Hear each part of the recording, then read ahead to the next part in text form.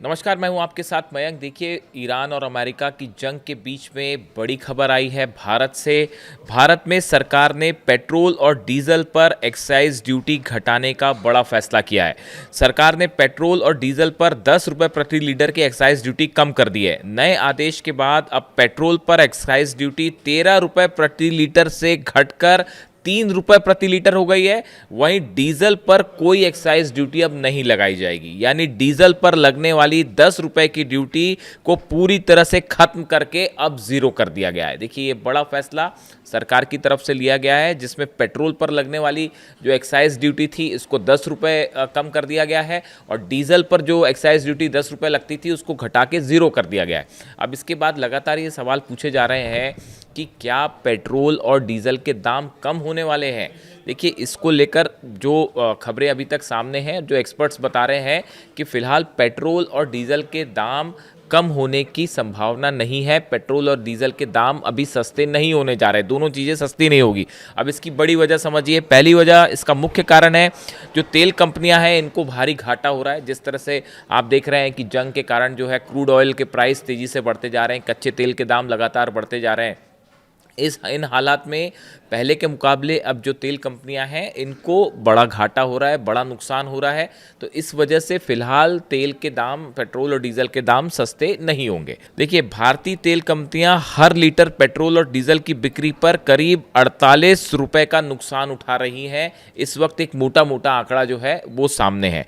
और देखिए, एक तीसरी बड़ी वजह यह है कि इन कंपनियों को जो नुकसान हो रहा है उनको राहत देने के लिए सरकार की तरफ से ये कदम उठाया गया है। जो ये 10 रुपये की एक्साइज ड्यूटी कम की गई है, इसका सीधा फ़ायदा जो है वो कंपनीज़ को होगा, ताकि उनको होने वाला जो घाटा है वो कम हो सके और उनको नुकसान ना हो। इसका सीधा मतलब है कि ग्राहकों को सीधे तौर पर कीमतों में कटौती का लाभ मिलना फिलहाल मुश्किल है, यानी कि सीधा आम जनता तक अभी इसका फ़ायदा नहीं जाएगा।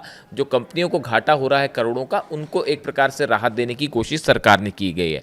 ईरान युद्ध के कारण कच्चे तेल की कीमतों में उबाल आया हुआ है। ईरान के बाद आप देख ही रहे हैं जिस तरह से जंग हुआ, उसके बाद स्ट्रेट ऑफ हॉर्मूज जो है उसको बंद कर दिया गया। वहाँ पे बड़ी मुश्किल से जहाज़ निकल पा रहे हैं। हालांकि भारत उन देशों में है जिसके लिए ईरान ने जो है वो स्ट्रेट ऑफ हॉर्मूज खोल रखा है और लगातार वहाँ से एलपीजी और तेल जो है वो भारत पहुँच रहा है और एक बार फिर ये भारत और ईरान के अच्छे संबंधों को दिखाता है।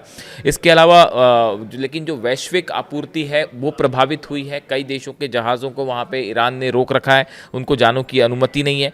स्ट्रेट ऑफ हॉर्मूज से, जैसा आप जानते हैं, करीब 20 से 25% ऑयल जो है वो यहीं से होकर गुजरता है, जो ट्रेड होता है वो यहाँ से होता है। तो अब इसका असर पूरी दुनिया पर होने जा रहा है और भारत अपनी कच्ची तेल की ज़रूरत का 40% हिस्सा करीब करीब यहाँ से आयात करता है। जो स्ट्रेट ऑफ हॉर्मूज है, भारत को जितनी ज़रूरत होती है उसका करीब 40% हिस्सा यहीं से आता है। इस लिहाज से भारत के लिए ये स्ट्रेट ऑफ हॉर्मूज जो है बेहद अहम हो जाता है। इसके साथ ही 33 करोड़ घरों में आने वाली एलपीजी का बड़ा हिस्सा भी इसी मार्ग से आता है। जो एलपीजी भारत में इस्तेमाल होती है उसका एक बड़ा पोर्शन जो है वो स्ट्रेट ऑफ हॉर्मूज से होकर आता है। इसीलिए एलपीजी हो चाहे ऑयल हो, दोनों लिहाज से स्ट्रेट ऑफ हॉर्मूज बेहद अहम है और इसका पूरा असर, जंग का असर पूरी दुनिया की अर्थव्यवस्था पर भी पड़ रहा है। आपने कल देखा कि पुतिन की तरफ से जिस तरह से बयान आया, उन्होंने कहा इस बात को कि इस जंग का असर पूरी दुनिया की इकोनॉमी पर बहुत बुरा असर डाल सकती है। इन हालात के बीच में भारत में लगातार जो है वो जहाज़ पहुंच रहे हैं ईरान से, आपने देखा वो। और अब सरकार ने एक बड़ा फैसला लेते हुए पेट्रोल और डीजल पर एक्साइज ड्यूटी को 10 रुपये प्रति लीटर जो है वो कम कर दिया है। इससे जुड़ा जो भी अपडेट होगा आप तक पहुँचाएंगे। Thank you.